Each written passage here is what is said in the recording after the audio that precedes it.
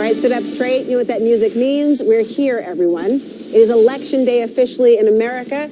Millions of people are about to cast their ballots with control of the House and the Senate now at stake. 435 House seats, 35 Senate seats, 36 governor's races hang in the balance, making this an election that could change the direction of America. CNN's Harry Enten is at the Magic Wall first with some key states to watch. Harry?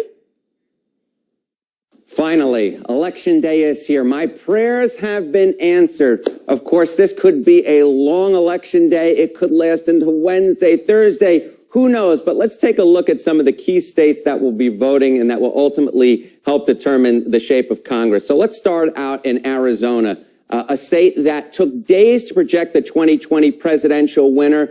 Interestingly, in Arizona, the later counted ballots were good for the GOP in 2020, which was a reversal of what happened in 2018. And this is one of the things that we're going to be talking about in this hit, is that some states, the later counted ballots were good for the GOP. In other states, they were good for the Democrats. So let's go to one of those states where it was better for the Democrats in 2020 and 2021. You may recall that there was, in fact, a 2021 Senate runoff in Georgia, and it was not determined who won those runoffs until the Wednesday after the election. So it took a long time to count. It took even longer in that general election back of November of 2020. Here, the later counted ballots were good for the Democrats in 2021 and in 2020. Remember, Biden kept gaining until he ultimately overtook Donald Trump. Very different from Arizona, where Biden had an early advantage and then Trump kind of kept creeping up until Biden barely held on. Let's go to Nevada, another state in the Southwest. Again, another state that took days to project the 2020 presidential winner. The later counted ballots, like in Arizona, were good for the GOP in 2020, but we're unclear if that will hold this year. We're just going to have to wait and see. We can use the past as a guide, but it isn't always the prologue.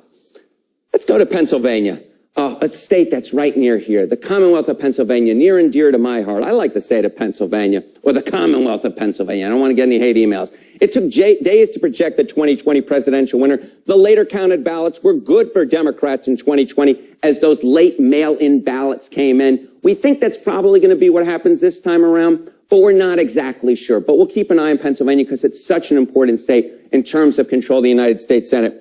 Then I just want to point out some important House races with poll closings before 8 p.m. These districts will probably get the vote counted fairly quickly, so it could give us a good idea of where the House is going. These are all really tight races. North Carolina's 13th district, Ohio's 13th district, Virginia's 7th, and Virginia's 2nd congressional district. These are races I'm really going to be watching. Give us a good understanding early on how the evening's going. Back to you guys. Okay, thanks very much, Harry. Now we want to bring in pollster extraordinaire, Frank Luntz. Frank, you are so wonderful to join us at this hour as we launch Election Day coverage here. So tell us what you will be watching most closely today. Well, the first thing is I wanted to be officially CNN's very first guest on Election Day. So thank you guys for You've accomplished it. At 12:02 a.m., at least East Coast time. I'm actually going to be watching Indiana 1, which is an interesting race that favors the Democrats. There's a very strong Republican there. The seat is a pro-Biden seat, a pro-Democratic seat by 3 or 4 points, but the Republican has been running strong, and that race is too close to call.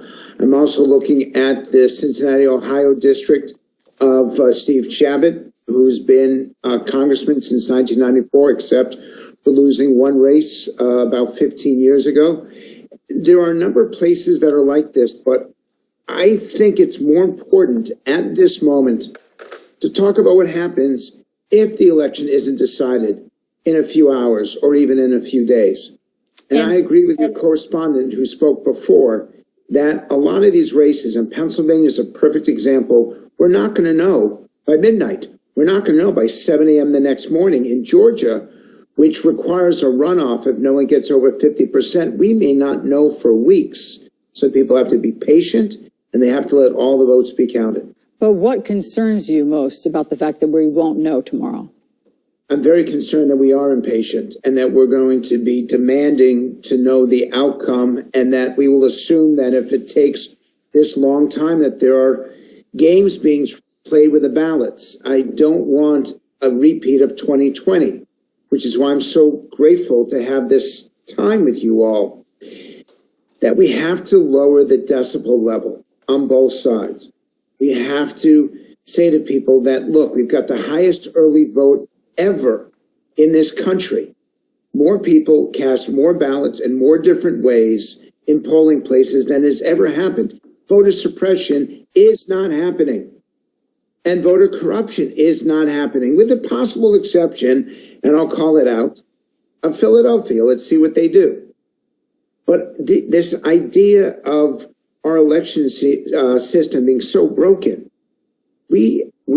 our actual democracy is at stake. And I'm afraid that we're reaching a point where almost half of Americans don't believe the results of elections anymore. And that's a disaster. And I don't know how tomorrow is going to change that, or today, or this week is going to change that, Frank. I mean, people are so distrustful of the system, and it doesn't help that some candidates have openly said that they're not going to accept the results if they don't win. And that's honestly, I'm trying to think of the best word to describe that. That's really pathetic. Your parents teach you as a child how to lose. I hope they do. That we don't like loud, brash, obnoxious winners, and we don't like sore losers. As a country, we've always been on the side of the underdog. But people win and lose elections. You win and lose sporting events.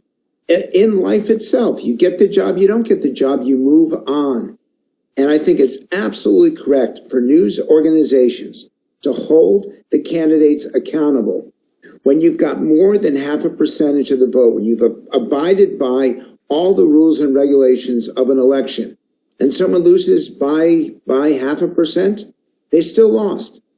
And you live to fight again. And we forget to remind people that a gracious loser is as important as a victorious winner. And that with grace and respect and dignity, you leave a proper legacy for the next generation. And unfortunately, we had an embarrassment in 2020, and I'm afraid we could have a few of those in 2022. Well, from your lips to candidates' ears. Last, Frank, what do you, already more than 41 million people have voted. So what do you make of that? That's more than the past two midterms. In some states like Georgia, it's advantageous for the Democrats. In other states like Ohio and Florida, it's advantageous for the Republicans. We're going to have the highest midterm election participation that we've ever had in this country, or at least in the last 50 or 100 years. That's a healthy democracy. We should respect that, appreciate it. You should be mentioning that every hour on CNN to remind those who have not voted that everybody else is voting, is participating, and the strong democratic system depends on an active and well-informed and well-intentioned electorate. So to me, it's a good sign, not a bad sign, that our democracy is healthy, our democracy is working, and hopefully the way that we count the ballots, the way we count the votes, will enhance that rather than detract from it. Frank, great talking to you. Thank you for being our first guest on Election Day, and we will talk to you many times this week, I'm sure. I look forward to it. Thank you. I mean, the countdown's finally here. I mean, you think about it, we are now in Election Day, and for all the candidates who've been running, they've been waiting, they've been caffeinated, they've been thinking about this particular date, and now here we are getting ready to, well, in a few hours, still know nothing. But then hours after that, we're going to know even more. But right now we have GCNN's John Berman back with us. Political commentators Maria Cardona and Charlie Dent are also here. I mean, think about it. It is Election Day, and we may not have all of the answers in the next 10, 12 or more hours, but this is the day that many voters can no longer be undecided about whether they're actually going to vote or who they're going to vote for. What are you going to be watching for, Maria? I think that I'm going to be watching for what will happen in terms of turnout the day of, right? We've all been talking about a record turnout in the early vote. And I'm thrilled about that because that right now has put Democrats over and above Republicans by almost 4.5 million votes. That has given Democrats across the board in campaigns the ability to build a firewall and the ability to be able to now go after their low propensity voters the day of election from the beginning as opposed to 3 hours before the polls close. That's a huge strategic advantage for a campaign. Now, it also indicates to me that enthusiasm is absolutely there for Democrats. We are matching it, if not going over what Republicans are. So, you know, the whole doom and gloom about lack of enthusiasm for Democrats is not showing up right now in the early vote. We'll see, is the red wave still imminent the day of election? We know that Republicans have focused on voting day of election, but there was a piece in the Washington Post that said they're kind of now worried that they sort of poo-pooed early vote, and they're now trying to get people, or were over the weekend, to try to get people to vote. So I'm going to see what kind of turnout there is across the board and to see if Democrats' advantages hold across the board in this very competitive election, in what should not have been a very competitive election. Charlie? Well, it seems to me Democrats are playing defense everywhere. In Rhode Island, Connecticut, Oregon, they're going to get wiped out in Nevada. It's going to be a rough night for them. It's the question of how bad. I mean, I just can't see. I mean, the Democrats are playing defense there. If they have to defend Rhode Island, if they have to defend Connecticut, Hochul is underperforming in New York. Republicans could pick up as many as 5 seats. I mean, that's the harsh reality. Republicans don't have to beat many Democrat incumbents to get the majority. In fact, they might not have to beat any of them. They can just win on the open seats. So I think it's going to be a tough night. Like, I'm not here to make any grand prediction about this is going to be a big red wave or a red ripple. I don't know, but tomorrow I'd rather be on the Republican side than the Democrat side, because they're running to win. I've run against in a midterm election when it wasn't favorable. It's a hard thing to beat history. And so, you know, good luck. I mean, the turnout numbers, I've seen some turnout numbers too that aren't particularly helpful, I think, to the Democrats as well. But But Republicans aren't putting these races away. You should absolutely, given history and where Biden's approval numbers are and the whole focus on inflation, Republicans should have been putting this away months ago, and they are not.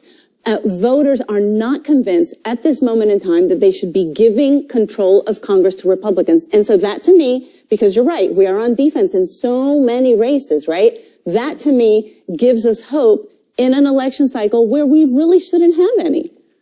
When you look at it, though, and think about all that, this is the last minute, and you are right to think about there are open seats. Republicans only need to have a net gain of 5 seats in Congress in order to be able to take the majority. In the House, 1 in the Senate. But I wonder, the closest of these races, what does that say to you? Because there are these battleground states. It's not as if anyone is a clear runaway. Is that about the quality of candidates? Are we in a situation where, once again, it's reminiscent of the lesser of two evils in different areas? Or are we at a point where, look, people are really, really appealing to the middle? Well, first of all, let me just say, they don't put just anybody on the first election day panel. I was going to say that, John. Absolutely. They put whoever's available. Put whoever's available. Look, so there are two different things, right? There's the House and the Senate, and they behave very differently in midterm elections. Senate elections don't necessarily move the way that waves do, and part of the reason for that is they're much bigger campaigns with bigger figures who often are more well-known in their state. So one of the reasons, to answer part of your question, is why is it as close as Maria is suggesting it is in some places? Part of it is candidate quality, in that Mitch McConnell did not get a lot of the Republican candidates he wanted in some of these key states. So it's been closer. In Charlie's home state of Pennsylvania, there are scenarios you could have imagined where a Republican would be running 5 to 7 points ahead now. Let's say in Pennsylvania. Mehmet Oz isn't. In Georgia, you have the incumbent Democrat Raphael Warnock, who's seen as a strong candidate, obviously in a super close race because this is the most purple of purple states, so he's seen as a strong candidate. So that's the kind of thing you see there. In the House, overall trends tend to matter more. The economic trends can sink an incumbent president's party and normally would push Joe Biden's party, the Democratic Party, down. Now, what's keeping it maybe up could be the Dobbs ruling. Maybe, that won't have Democrats keep the House, but it will keep them from the Obama-esque shellacking of 63 seats? I can't read my writing in 2010. So they could keep it down into the 20s or the teens there. The other thing that's happened is redistricting, which is the more and more people split the country up into these partisan camps, the fewer and fewer districts can swing back and forth. So you may not see these by design. There are maybe 25, 30 truly competitive House seats. That's it. I mean, there aren't that many. And Republicans they exceeded expectations in 2020 by picking up 15 seats. They got the low-hanging fruit in the last election. So what they pick up now is going to be harder. They're not going to have as big a wave as 2010, but maybe if they win 20, 25 seats, they'll have 240, around 237 seats, maybe 238. That's a pretty big majority if they perform at that level. Right. I mean, if you look at the trends this year in the House specials, Democrats have completely overperformed. You look at New York 19, Republicans should have won there, and Pat Ryan won, focused on abortion. So I think there's this underlying current that people are discounting that the Dobbs energy is absolutely still there. So special elections really have no impact on what's going to happen in the fall. Saw that in 2010. We lost a special election for Murtha's seat after he died. Oh, Democrats are going to do great in 2010, only to get wiped out 4 months later. I mean, I've seen this happen many times. All right, well, let's leave it there for the moment because everybody's talking about control of Congress, but what about the dozens of governors' races across the country? So we're going to break those down next.